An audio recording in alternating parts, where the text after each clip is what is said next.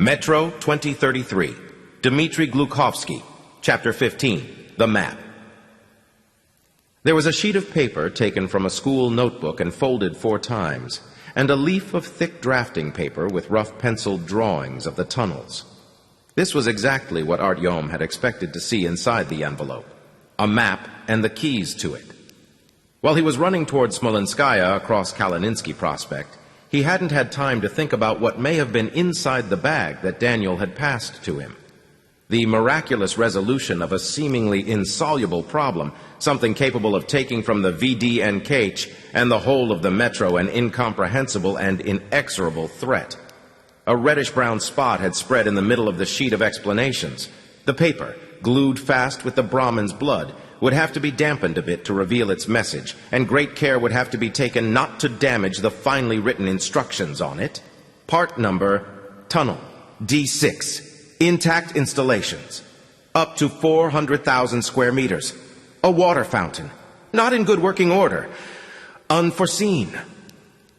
The words sprang at Artyom. Trying to jump from the horizontal lines, they merged into one whole, and their sense remained absolutely incomprehensible to him. Having despaired of shaping them into something sensible, he handed the message to Melnik. The latter took the sheet into his hand with care and fastened his covetous eyes onto the letters. For some time he didn't say anything, and then Artyom saw how his eyebrows crept upwards with suspicion. "This can't be," the stalker whispered. "It's just all nonsense." They couldn't have overlooked something like this. He turned the sheet over, looked at it from the other side, and then began to read it again from the very beginning. They kept it for themselves. They didn't tell the military. Not a surprise, really. Show them something like this and they'll immediately take it as something old, Melnik mumbled indistinctly, while Artyom patiently awaited some explanations. But did they really overlook it? It's faulty. Well, let's assume it is okay. That means they must have checked it. Can it really help? Artyom finally couldn't stand it. If everything written here is true, then there's hope, the stalker nodded. What's it about? I didn't understand a thing. Melnik didn't answer right away. Once more, he read the message to the end, then thought for several seconds, and only after that did he begin his tale. I had heard about such a thing before. Legends were always flying about, but there are thousands of them in the Metro, you see. And we live by legends, and not by bread alone. About university, about the Kremlin, and about Paulus. You can't make out what is the truth and what was contrived around a bonfire at Ploshchad Ilitcha.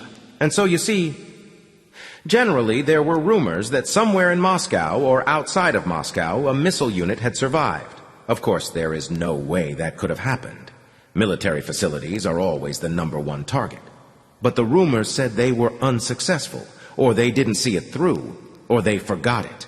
And one missile unit wasn't damaged at all. They said that someone had even walked there, had seen something there, and, allegedly, the installations were beneath a tarpaulin, brand new in the hangars. True, there's no need for them in the Metro. You can't reach your enemies at such a depth. They stand? Well, let them remain standing. What have missile installations got to do with it? Artyom looked at the stalker in amazement and lowered his feet from the couch. The Dark Ones come to VDNKH from the Botanical Garden. Hunter suspected that they'd come down into the Metro from the surface, right in that area. It's logical to assume that they live right up there. As a matter of fact, there are 2 versions. The first says that they come from a place that is like a beehive, figuratively speaking, not far from the Metro entrance. The second says that in truth there is no beehive, and the Dark Ones come from outside the city. Then there's the question, why haven't we noticed more of them anywhere else? It's illogical, although perhaps it's a matter of time. Generally, this is the situation. If they arrive from somewhere far away, we won't be able to do anything with them anyhow. We blow up the tunnels beyond the VDNKH or even beyond Prospect Mir. Sooner or later, they'll find new entrances. Barricading ourselves in the Metro will be our only option, closing ourselves in tight and forgetting about returning to the surface and forever subsisting on pigs and mushrooms. As a stalker, I can say with certainty that we won't last so long. But if they have a beehive and it is somewhere close by, as Hunter thought, missiles, Artyom said at last. "A salvo of 12 rockets with high explosive fragmentation warheads covers an area of 400,000 square meters," Melnick read, finding the necessary place in the message. "Several such salvos from the botanical garden will turn them to dust." "But you just said that these are legends," Artyom objected. "Well, the Brahmins say they aren't." The stalker waved the sheet. "It even explains here how to find our way to the location of this military unit. True, it also says that the installations are partially inoperable. Well, just how then do we get there? D6. It mentions D6 here. Metro 2. The location of one of the entrances is indicated. They maintain that the tunnel leads from there towards this unit, but they stipulate themselves that unforeseen obstacles may arise on trying to get through to Metro 2. Unseen observers? Artyom recalled a conversation he had heard once. Observers? That's rubbish and nonsense. Melnick wrinkled his face. The missile unit was also just a legend, Artyom added. And it remains a legend as long as I haven't seen it myself. The stalker cut him short. And where is the exit to Metro 2? It's written here. Mayakovskaya Station. That's strange. As many times as I've been to Mayakovskaya, I never heard anything like that. So what will we do now? Artyom was curious. Come with me, the stalker answered. You have a bite, relax, and I'll think about it for a while. We'll discuss it tomorrow. Only when Melnick began to talk about food did Artyom suddenly become aware of how hungry he was. He sprang to the cold, tiled floor and was at the point of hobbling toward his boots when the stalker stopped him with a gesture. Leave your shoes and all your clothes. Put them there in that box. They will clean and disinfect them. They will also check your rucksack. Over there on the table are trousers and a jacket. Put those on. Smolenskaya looked gloomy. A low semicircular ceiling and narrow arches and massive walls lined with marble that was once white. Although decorative false columns overhung from the arches and well-preserved plasterwork adorned the walls at the top, all of it only accentuated his first impression. The station gave the impression of a citadel besieged for a long time that its defenders had adorned in their own manner, giving the place an even more stern appearance. The double cement wall with the massive steel doors along both sides of the pressurized gate, the concrete firing points at the entrances to the tunnels, all said that the inhabitants here had grounds to fear for their safety. Women were hardly seen at Smolenskaya, but all the men were carrying weapons. When Artyom asked Melnick directly what happened at this station, the latter only vaguely shook his head and said that he could not see anything unusual here. However, a strange sensation of tension hanging in the air did not leave Artyom. It was as if everyone here was waiting for something. The stalls were arranged in a line in the center of the hall, and all the arches were left free, as though they were afraid to obstruct them so as not to hinder an emergency evacuation.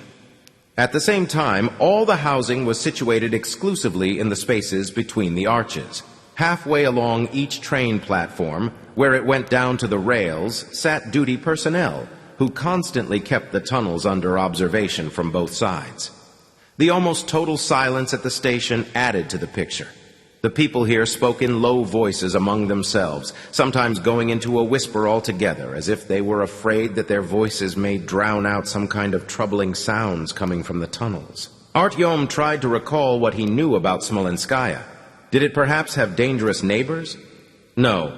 On one side, the rails led to the bright and safe Polis, the heart of the metro, and the other tunnel led to Kievskaya, about which Artyom remembered only that it was populated mainly by those very same Caucasians he had seen at Kitai-Gorod and in the cells of the fascists at Pushinskaya. But these were normal people, and they were hardly worth being so concerned about. A dining room was located in the central tent. Dinner time, judging by everything, had already passed, because only a few people remained at the crude homemade tables. Sitting Artyom at one of the tables, Melnick returned a few minutes later with a bowl in which an unappetizing gray, thin gruel smoked.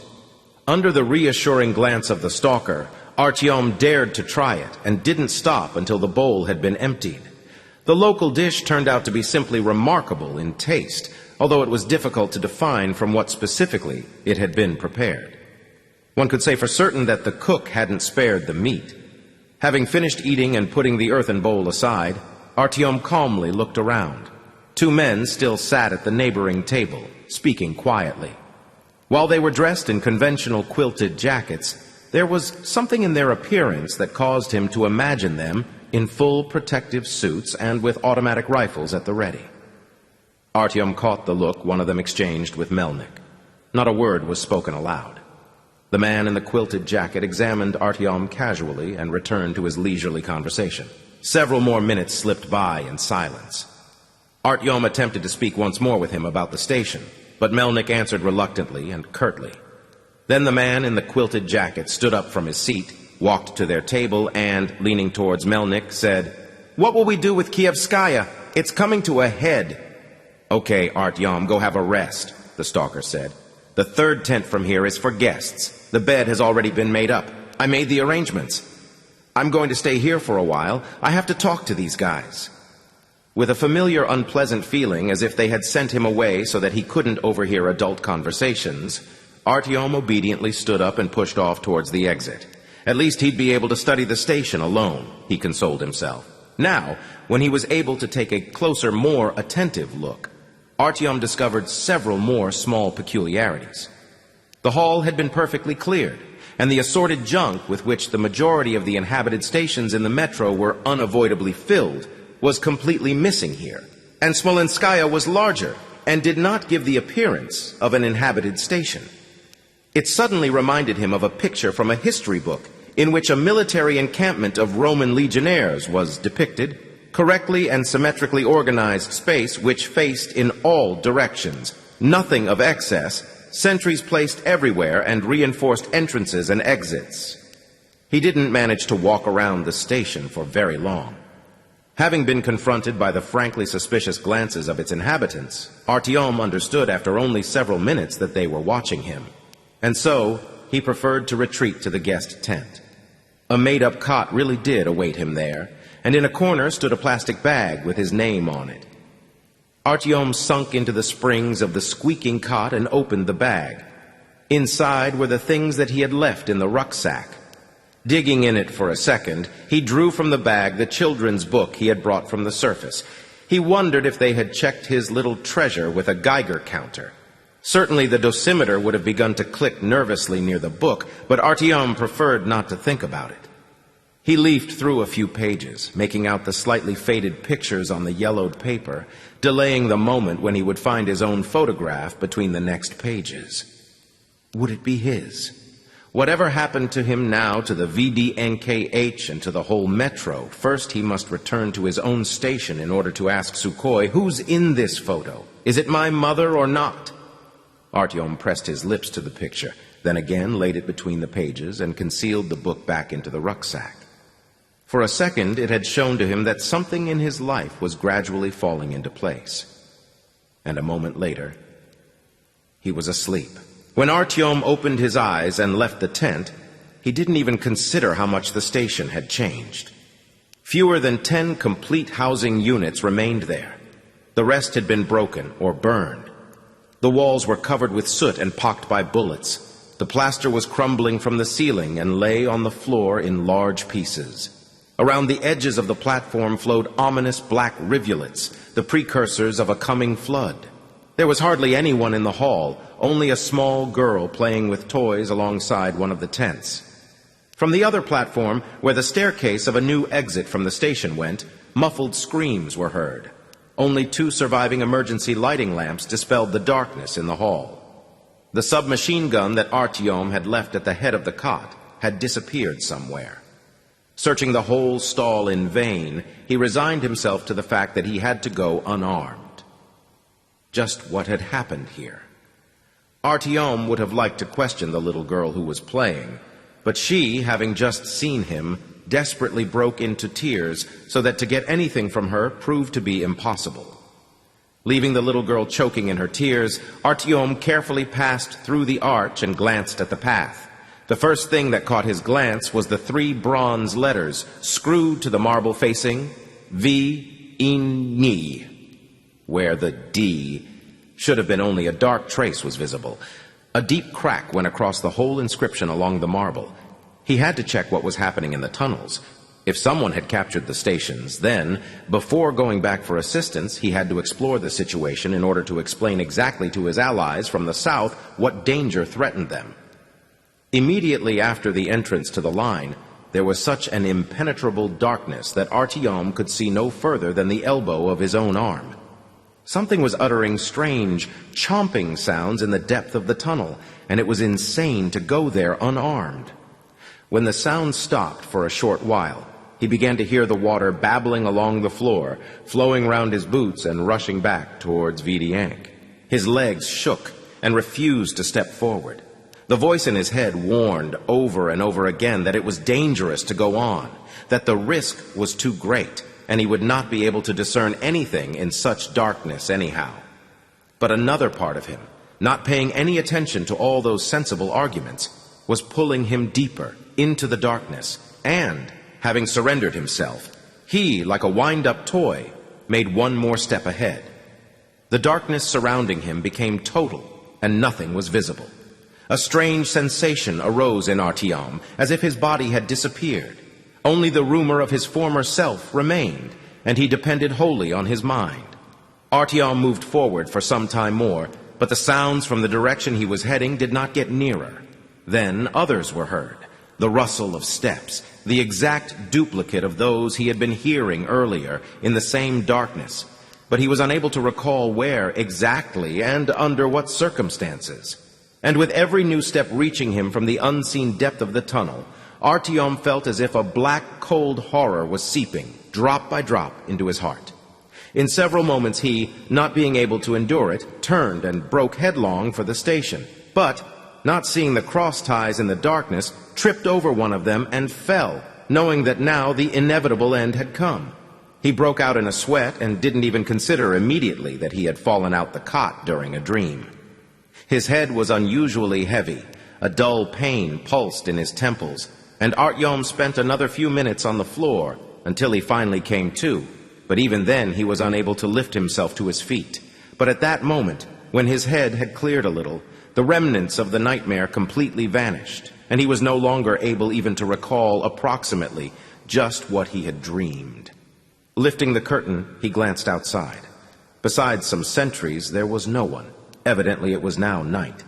Deeply inhaling and exhaling the customary damp air several times, Artyom returned to the tent, stretched out on the cot, and slept like a log without any dreams. Melnik woke him, dressed in a dark insulated jacket with turned-up collar and military trousers with pockets. He looked as if he intended to leave the station any minute now. He had on his head that very same old black field cap, and two large bags, which seemed familiar to Artyom, stood at his feet. Melnik moved one of them toward Artyom with his boot and said, "Here, shoes, a suit, a backpack, and weapons. Change your shoes and get ready. You don't have to put on any armor. We don't intend to go to the surface. Just bring it along. We leave in half an hour." "Where are we going?" Artyom asked, half awake, eyes fluttering and trying to restrain a yawn. "Kievskaya. If you are okay, then along the ring to Bieloruskaya and to Mayakovskaya. And there we'll see. Get ready." The stalker took a seat on a stool standing in the corner and, pulling a scrap of newspaper from his pocket, began to roll himself a cigarette, looking at Artyom from time to time.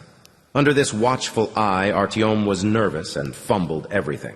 However, after about 20 minutes, he was ready. Not saying a word, Melnik rose from the stool, grabbed his bag, and walked to the platform. Artyom looked round the room and followed him. They passed through an arch and exited toward the paths. Climbing along the wooden staircase added to the path, Melnik nodded to the sentry and began to walk towards the tunnel. Only now did Artyom notice how strangely the entrances to the lines were arranged. On the side of the platform that led to Kievskaya, half the path was blocked by a concrete weapon emplacement with narrow gun slots. A metal grate obstructed the passage as well, and there were two sentries on duty. Melnik gabbed with them in short, unintelligible phrases, after which one of the guards opened the hinged lock and pushed the grate. Along one side of the tunnel stretched spooled black insulation wire, from which weak lamps hung every 10 or 15 meters. But even such poor lighting seemed a real luxury to Artyom. However, after 300 steps, the wire had become detached, and in this place, one more sentry awaited them. There were no uniforms on the patrol members, but they looked much more serious than the military at Polis. Knowing Melnick by sight, one of them nodded at him, letting him pass ahead. Stopping at the edge of the lighted space, the stalker took a flashlight from his bag and switched it on. After another several hundred meters, voices were heard ahead, and the glows of flashlights appeared. Melnick's submachine gun slid down from his shoulder and ended up in his hands in an imperceptible movement. Artyom followed his example. Most likely it was another long-range patrol from Smolenskaya. Two strong, armed men in warm jackets with fake fur collars were arguing with three peddlers. The patrol had round knitted caps on their heads, and on the chest of each hung night vision instruments on leather straps. The two peddlers had weapons with them, but Artyom was ready to bet anything that they were just traders. Huge bales of rags, a map of the tunnels in their hands, the special roguish look, the animatedly shining eyes and the beams of the flashlights. He had seen all of this repeatedly. They let peddlers into all the stations, usually without any problems, but it seemed no one expected them at Smolenskaya. Well, it's okay, pal. We are going by. One of the traders was trying to convince a patrol member, a lanky mustached man in a quilted jacket that fit too tightly. We have our belongings here. Take a look for yourself. We will be trading at Polis, echoed the other peddler, a chunky guy with hair down his eyes. What harm is there from us for you? There's only good. Here, take a look. Jeans just like new, your size for certain, brand name. I'll give them to you for free. The third had taken the initiative. The sentry shook his head in silence, blocking their passage. He answered next to nothing, but as soon as one of the peddlers, taking his silence for agreement, tried to step ahead, both sentries nearly simultaneously clacked the bolts of their submachine guns. Melnick and Artyom stood 5 paces behind them, and though the stalker lowered his weapon, the tension was felt in his attitude. Stop! I am giving you 5 seconds to turn around and leave. It's a secure station. They don't allow anyone here. 5, 4... One of the sentries began to count. Well, how are we supposed to get there? Through the ring again. One of the peddlers was about to get perturbed, but another, shaking his head resignedly, tugged him by the sleeve, and the traders picked up their bales from the ground and dragged themselves back. Waiting for a minute, the stalker gave Artyom a sign, and they began to walk to Kievskaya right behind the peddlers.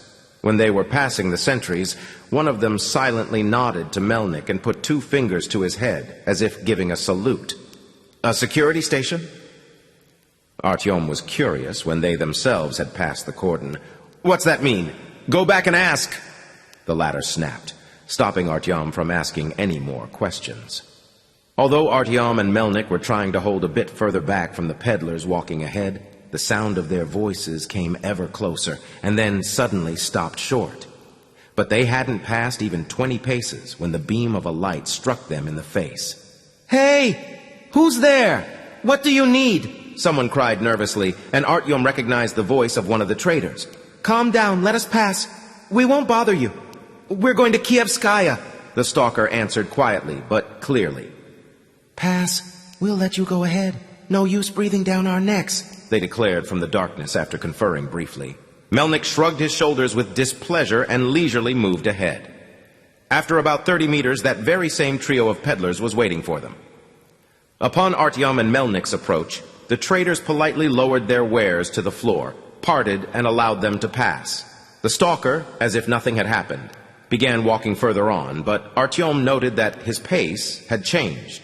Now he walked silently, as if hoping to muffle the sounds. Although the peddlers immediately followed them, Melnick didn't look at them once. Artyom himself had been trying to overcome the desire to turn round for a rather long time, about 3 minutes, but then he looked back anyhow. Hey! A tense voice was heard from behind. Wait up there! The stalker stopped. Artyom began to feel perplexed. Why was Melnick so obediently responding to some petty traders? Are they so bitter because of Kievskaya or because they are protecting Polis? One of the peddlers asked on catching up with them. Naturally, because of Kievskaya, Melnick replied, and Artyom felt a pang of jealousy. The stalker hadn't wanted to tell him anything. Yeah, I can understand that. It's getting scary at Kievskaya now. Well, it's all right. Soon these neatniks from your guard will have to be hot. Everyone will be running to you from Kievskaya. Do you understand just who will remain living at the station? It'd be better to be shot, the lanky peddler mumbled. Have you rushed the guns yourself? The other spitefully harumphed. Pshaw! Don't pretend you're a hero. Well, you haven't been too hot yourself either, the lanky one responded. And just what's going on? Artyom couldn't contain himself. The two peddlers immediately looked at him as if he had asked a question so stupid that even a child knows the answer. The stalker kept quiet, and the peddlers grew silent, and they walked for some time in complete silence. Whether because of this, or perhaps because the prolonged silence was growing spooky, Artyom suddenly no longer wanted to hear any explanation. And when he had decided he was about to give up on them, the lanky one finally and reluctantly pronounced, "The tunnels to Park Pobedy are there, right ahead." Hearing the name of the station, his two fellow travelers pressed closer to each other, and Artyom imagined for a second there was the rush of dank tunnel air, and the tunnel walls were collapsing. Even Melnik shrugged, as if trying to warm himself. Artyom had never heard anything bad about Park Pobedy, and was not able to recall one tale associated with this station. So just why, suddenly, had he become so uneasy at the sound of its name? "What? Is it getting worse?" the stalker asked gravely. "What do we know? We are just ordinary folks. We pass it sometimes. Stay there. You'll understand," the bearded one mumbled vaguely. "People disappear," the thick-set peddler stated under his breath. "Many are frightened, so they run. One can never make out who has disappeared or who ran away on their own, and it's even more awful for the rest. All these tunnels are damned," said the lanky one, and he spat at the ground. "But the tunnels are blocked." Melnik was stating a fact. "They have been blocked for 100 years, but what about since then?" "Well, if you're a stranger, then it's better you should understand us. Everyone knows there that there is a fear of the tunnels, even though they have been blown up and blocked 3 times. And anyone can feel it in their skin as soon as they show up here, even Sergei over there." The lanky one pointed at his bearded companion. "Exactly," the shaggy Sergei confirmed, and he crossed himself for some reason or other. "But they're guarding the tunnels, aren't they?" Melnik asked. "The patrols are here every day?" The bearded one nodded. "And have they ever caught anyone or seen someone?" the stalker prodded. "How would we know?" The peddler gestured helplessly. "I haven't heard, but they try to catch someone." "And what do the locals say about it?" Melnik wasn't backing off.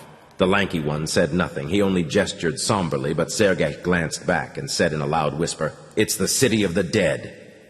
And thereupon he crossed himself again. Artyom wanted to burst out laughing.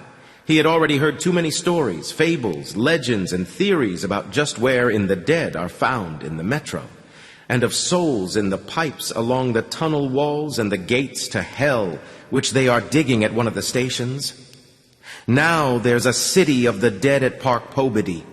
But the ghostly draft had caused him to suppress his laughter, and despite the warm clothing, it had chilled him. Worst of all was the fact that Melnik fell silent and ceased all inquiries. Artyom hoped that his companion was just scornfully waving aside such an absurd idea. They passed the rest of the way in silence, each of them immersed in his own thoughts. The way proved to be completely quiet, empty, dry and clear, but despite everything, the heavy sensation that something bad awaited them intensified with every step. As soon as they stepped into the station, this feeling rushed over them, like subterranean waters, just as uncontrollable and just as turbid and chilling. Fear ruled completely here, and this was apparent at first glance. Was this that sunny Kievskaya, about which the man from the Caucasus who was staying with him in a cell in fascist captivity had spoken? Or did he have in mind a station with the same name located at Filevskaya branch? You couldn't say that the station was neglected and that all its inhabitants had fled. It turned out there were many people here, but Kievskaya gave the impression that it did not belong to its residents. They all were trying to stay close together. Tents were stuck to the walls and to each other in the center of the hall. The distance between them, required by the fire safety regulations, was not observed anywhere. Clearly, these people were frightened of something more dangerous than fire. Those passing by immediately and wearily looked away when Artyom looked them in the eyes, and avoiding the strangers, tore from their path as beetles scurrying along cracks. The platform, squeezed between two rows of low, round arches, went downward at one side with several of the escalators, and at the other was raised at the short staircase where the side passage to the other station had been opened. Coals smoldered in several places, and there was a tantalizing aroma of roast meat. Somewhere a child was crying. Though Kievskaya was located on the edge of the city of the dead that the frightened peddlers had spoken of, it was fully alive. Quickly saying goodbye, the peddlers disappeared into the passage to the other line. Melnik, prudently having looked along the sides, resolutely began to walk to the side of one of the passages. It was immediately apparent he had been here regularly. Artyom was unable to fathom why the stalker had questioned the peddlers in such detail about the station. Had he been hoping that a hint of the true state of affairs be revealed accidentally? Was he trying to flush out possible spies? They stopped after a second at an entrance to some office facilities. The door here had been knocked off, but a guard stood on the outside. The authorities, Artyom guessed. A smoothly shaven elderly man with well-combed hair came out to meet the stalker. He wore the old blue uniform of a subway worker, aged and faded by washing, but surprisingly clean. It was clear how he managed to look after himself at this station.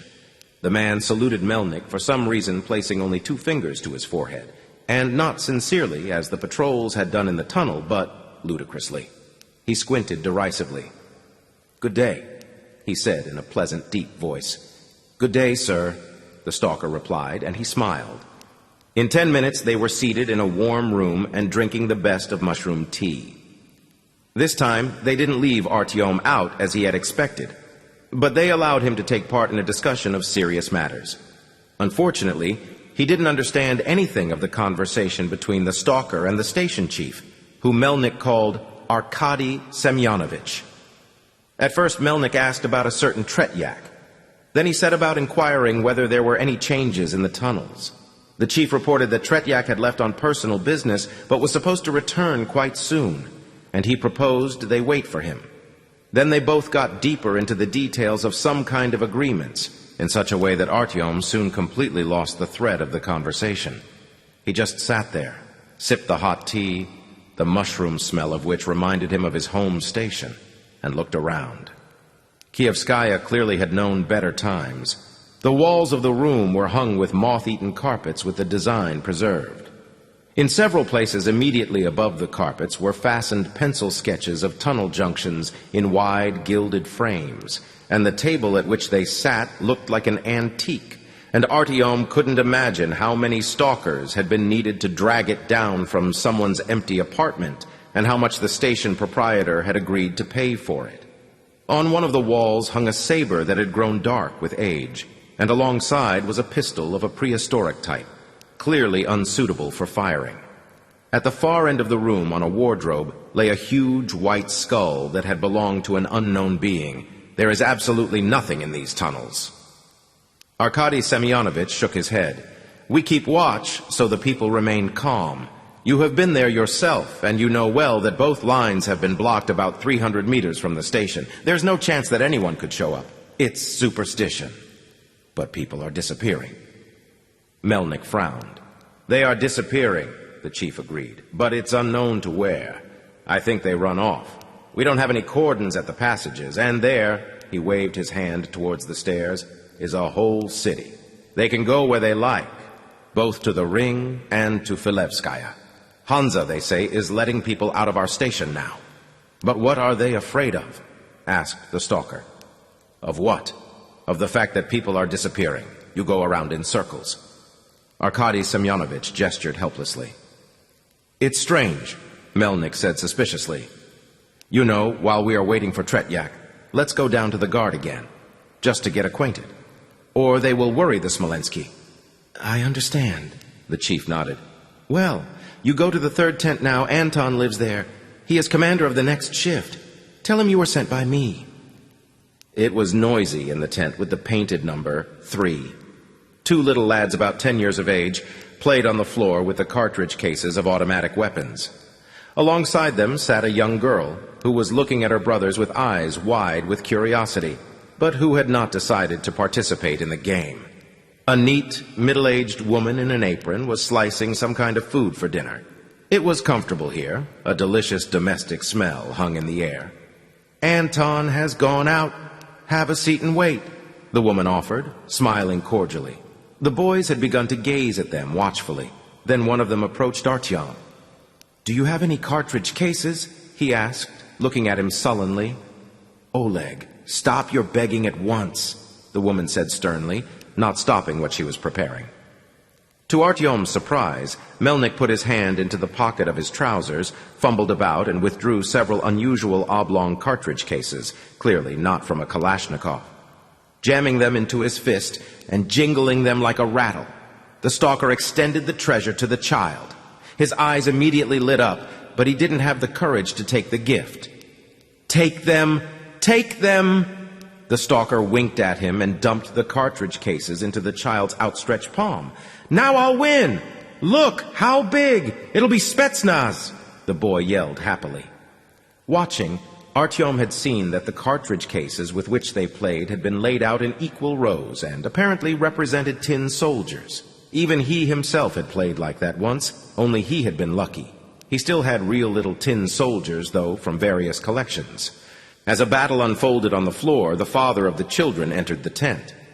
He was a short, thin man with wet, dark blonde hair. Seeing the strangers, he nodded at them in silence and, not uttering a word, stared intently at Melnik. Papa, did you bring us some more cartridge cases? Oleg now has more. They gave him some long ones," the second boy nagged, plucking at the father's trouser leg. "From the authorities," the stalker explained. "We're going on duty with you into the tunnels. Like reinforcements?" "More reinforcements are out of the question," muttered the boss of the tent, but the lines of his face had become smooth. "My name is Anton. We'll just have a bite to eat and go. Have a seat." He pointed at the stuffed sacks that served as chairs in this home. Despite the guests' resistance, both partook of a smoking bowl with tubers unfamiliar to Artyom.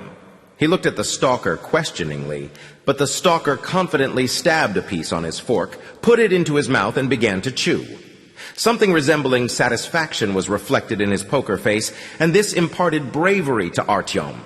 The tubers were totally unlike mushrooms to the taste. They were sweet and a little fatty, and he ate his fill of them in only a few minutes.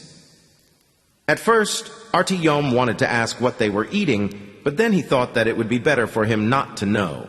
They were tasty and okay. Some places they consider rats' brains a delicacy. "Pop, can I go with you, on duty?"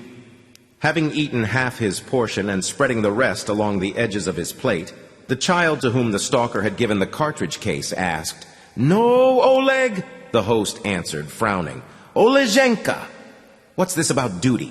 Just what are you thinking? They don't take little boys there," wailed the woman, taking her son by the hand. "Mom, what do you mean, little boy?" Oleg said, examining the guests uncomfortably and trying to speak with a deep voice. "Don't even think about it. Do you want to drive me to hysterics?" The mother had raised her voice. "Well, fine, the child mumbled.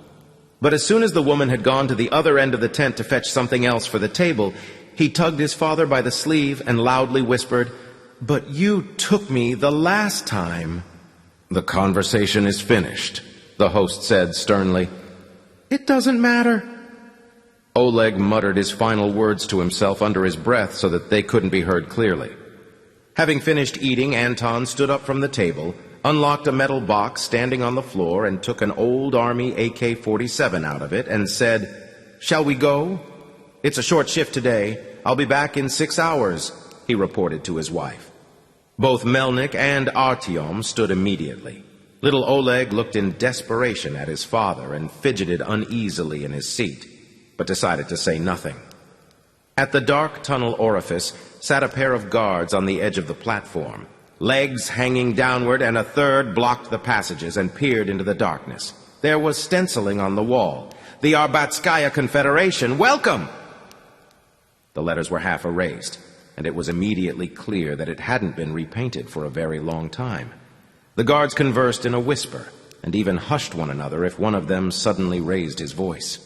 Besides the stalker and Artyom, 2 more local men accompanied Anton. Both of them were somber and not talkative. They looked at the guests malevolently, and Artyom never caught what their names were. Having exchanged some short phrases with the people protecting the entrance to the tunnel, they stepped down to the paths and slowly moved forward. The tunnel's round arches were perfectly conventional here. The floor and walls appeared untouched by time.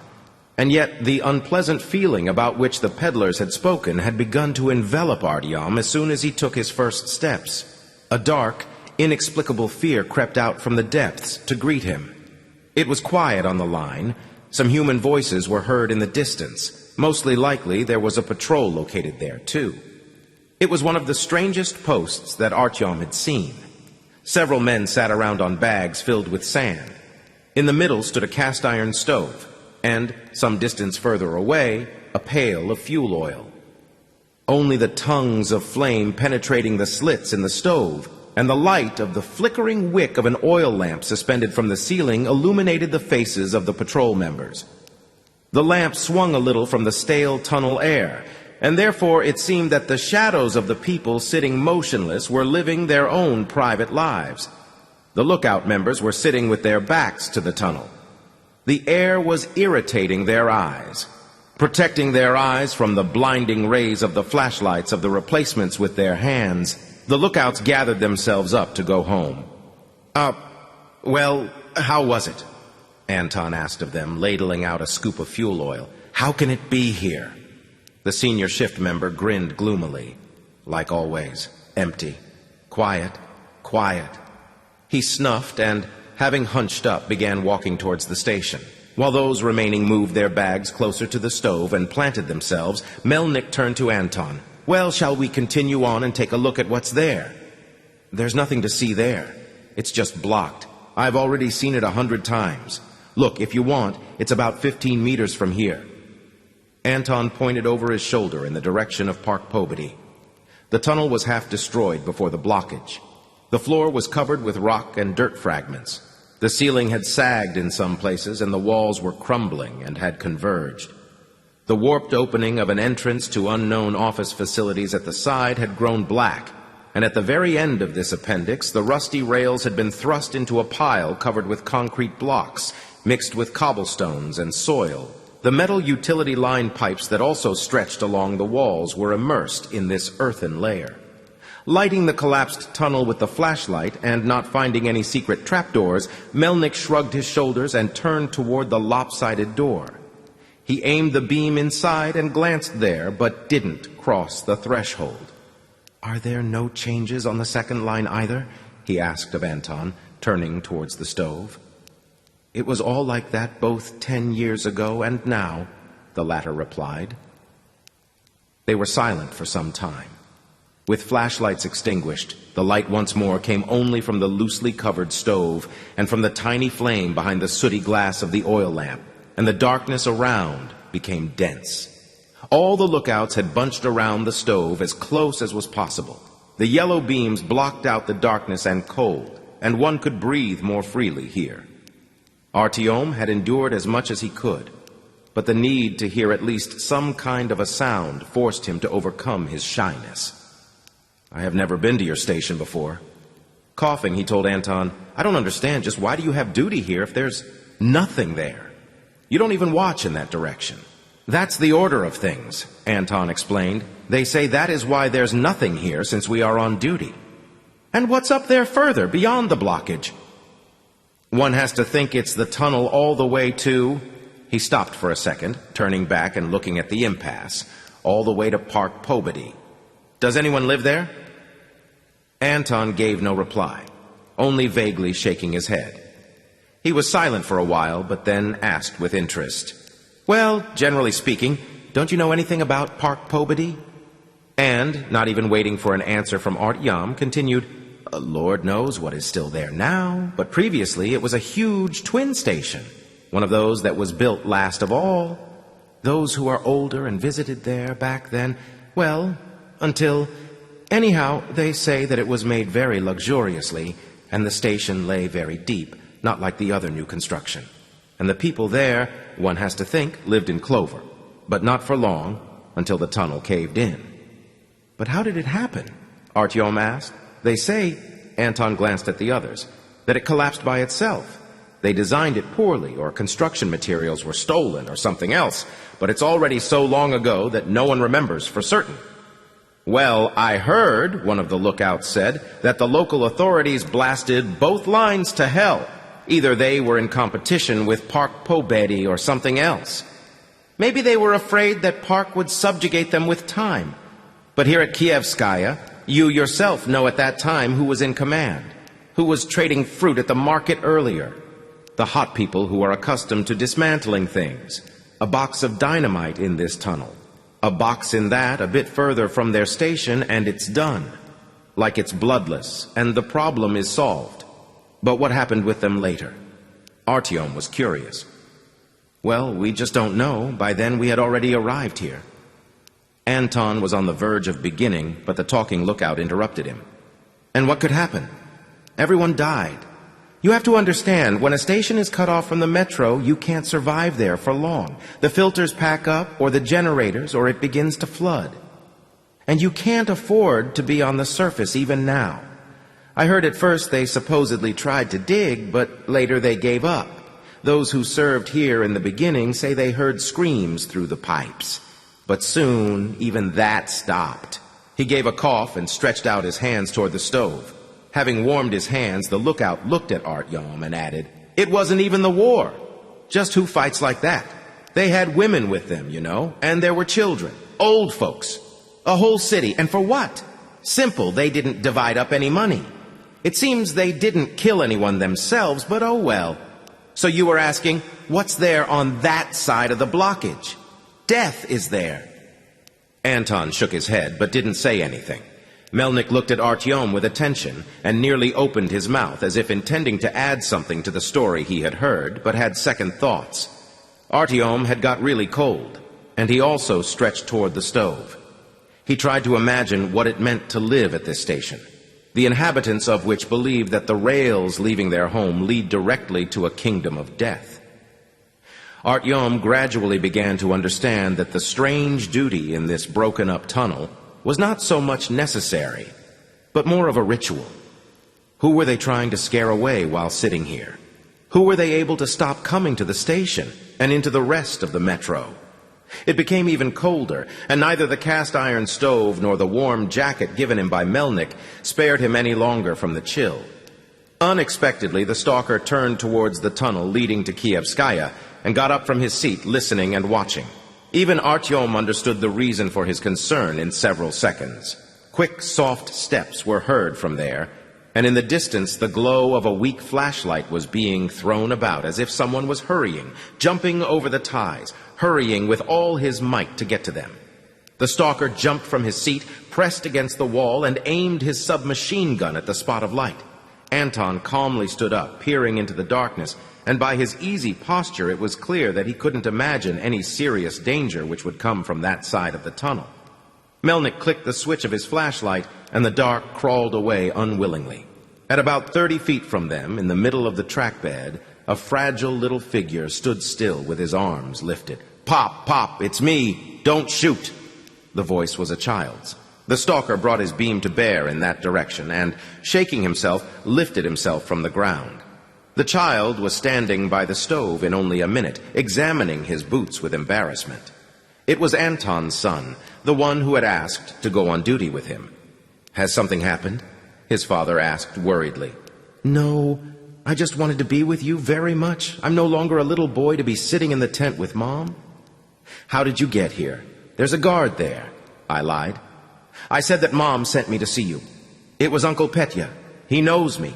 He only said that I mustn't look into any of the side paths and get here quickly, and he allowed me to pass." "We'll be talking to Uncle Petya again," Anton promised solemnly. "And you think for a while how you will explain this to your mother? I won't let you go back alone." "Can I stay with you?" The child wasn't able to contain his delight and began to hop about. Anton moved to the side, sitting his son on the warm bags. He took off his jacket and was on the verge of wrapping him up, but the child immediately scrambled down to the floor and, taking the stuff brought with him from his pocket, spread it out on a cloth, a handful of cartridge casings and several more objects. He sat beside Artyom, and the latter had time to study all these things. A small metal box with a handle that turned was the most interesting. When Oleg held it in one hand and turned the handle with the fingers of the other, the little box, emitting ringing metallic sounds, began to play a simple mechanical melody. And it was amusing that it was worth leaning it against another object, because that one began to resonate, amplifying the sound by many times. It came from the iron stove best of all, but it wasn't possible to leave the device there long, because it got hot too quickly. It had become so interesting to Artyom that he decided to try it himself. "What on earth?" the boy said, giving him the hot box and blowing on his burnt fingers. "I'll show you such a trick later," he promised conspiratorially. The next half hour slipped by slowly. Artyom, not noticing the angry glances of the lookouts, endlessly turned the handle and listened to the music. Melnik whispered something to Anton, and the child played on the floor with his cartridge cases. The melody from the tiny music box was rather dreary, but charming in its own way. It was just impossible to stop. "No, I don't understand," the stalker said, and stood up from his seat. "If both tunnels have been brought down and are being protected, just where, in your opinion, do the people disappear to? And who said that it's all in these tunnels?" Anton looked him up and down, and there are passages to other lines, 2 altogether, and lines to Smolenskaya. "I think someone simply is making use of our superstitious beliefs." "Just what superstitions?" interrupted the lookout, who had told them about the blowing up of the tunnel and the people who were left on the other side.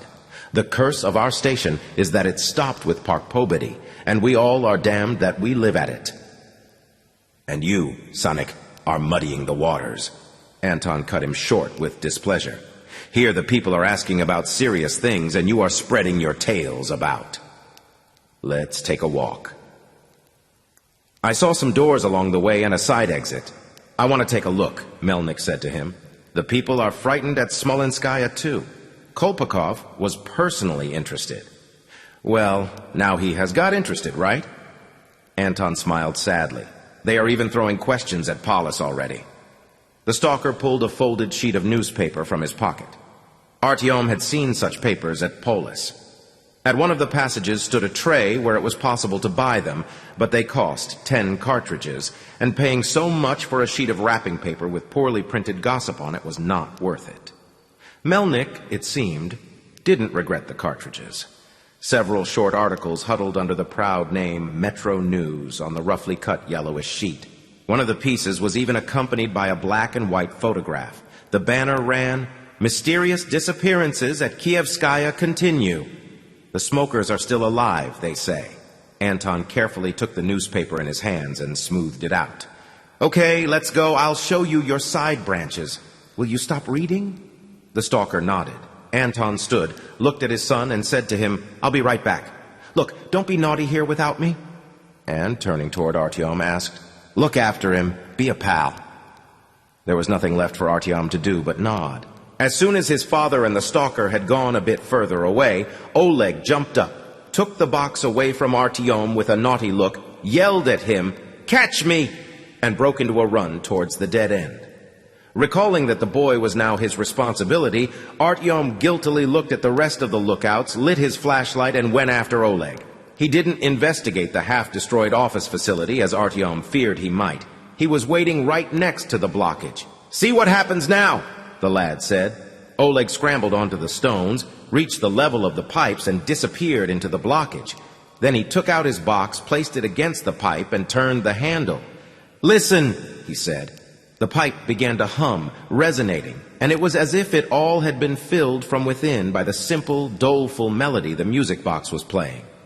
The boy pressed his ear to the pipe, and as if bewitched, continued to turn the handle, drawing the sounds from the metallic box. He stopped for a second, listening, smiled happily, and then jumped down from the pile of stones and extended the music box to Artyom. "Here, try it yourself." Artyom was able to imagine how the sound of the melody would change as it passed through the hollow metal pipe, but the child's eyes were so bright that he decided not to behave like the ultimate pain in the neck. Leaning the box against the pipe, he pressed his ear to the cold metal and began to turn the handle. The music began to resound so loudly that he nearly jerked his head away. The laws of acoustics were not familiar to Artyom, and he was unable to understand by what miracle this piece of metal could so amplify the melody inside such a feebly tinkling box. Turning the handle for several more seconds and playing the short tune a good 3 times, he nodded to Oleg. "It's splendid. Listen again." He began to laugh. "Don't play, just listen." Artyom shrugged and looked at the post to see if Melnik and Anton had returned, and once more placed his ear to the pipe. What could one possibly hear now? The wind, the echo of a scary noise that flooded the tunnels between Alexieva and Prospect Mir? From an unimaginable distance, making their way through the earth's stratum with difficulty, came muffled sounds. They came from the direction of the dead park Pobedy. There could be no doubt about it. Artyom stood stock still, listening, and gradually becoming chilled, understood. He was listening to something impossible. Music. Someone or something several kilometers away from him was duplicating that melancholy melody from the music box, one note after another. But this was not an echo. The unknown performer had erred in several places, shortened a note somewhere, but the motif remained completely recognizable, and mainly it was not at all a ringing chime. The sound resembled more of a hum, or singing, the indistinct chorus of a multitude of voices. No, a hum all the same. "What is it playing?" Oleg asked of him with a smile. "Hush, I'm still listening. What is it?" Barely parting his lips, Artyom mumbled hoarsely, "Music! The pipe is playing," the boy explained simply. The melancholy oppressive impression that this eerie singing produced in Artyom, it seemed, was not passed on to the lad. For him it was simply a happy game, and he could never ask how he could hear a melody from a station cut off from the whole world, where all the living had vanished into thin air more than a decade ago. Oleg again climbed up onto the stones, on the verge of preparing to start his little machine again, but Artyom suddenly felt inexplicably fearful for him and for himself. He grabbed the lad by the hand and, not paying any attention to his protests, dragged him back to the stove. "Coward, coward," Oleg screamed. "Only children believe in these tales." "What tales?" Artyom stopped and looked him in the eyes. "That they take the children who go into the tunnels to listen to the pipes." "Who takes them?" Artyom dragged him closer to the stove. "The dead." The conversation stopped. A lookout speaking about damnation roused himself and gave them such a once-over that the words stuck in their throats. Their adventure had ended right on time. Anton and the stalker were returning to the post, and someone else was walking with them. Artyom quickly planted the boy in his seat. The child's father had asked him to look after Oleg and not to indulge in his whims. And who knew what superstitions Anton himself believed? "Excuse me, we've been delayed." Anton sank onto the sacks beside Artyom. "He wasn't naughty, was he?" Artyom shook his head, hoping that the lad had enough sense not to brag about their adventure. But he, it seemed, understood everything himself just fine. Oleg again laid out his cartridge cases with an enthralled look. The third man, who had arrived with Anton and the stalker, a balding, skinny man with sunken cheeks and bags under his eyes, was unfamiliar to Artyom. He approached the stove only for a minute and nodded at the lookouts, and Artyom examined him closely, but he didn't say anything to him. Melnik introduced him. "This is Tretyak," he told Artyom. "He'll be going on ahead with us. He's a specialist, a missile man."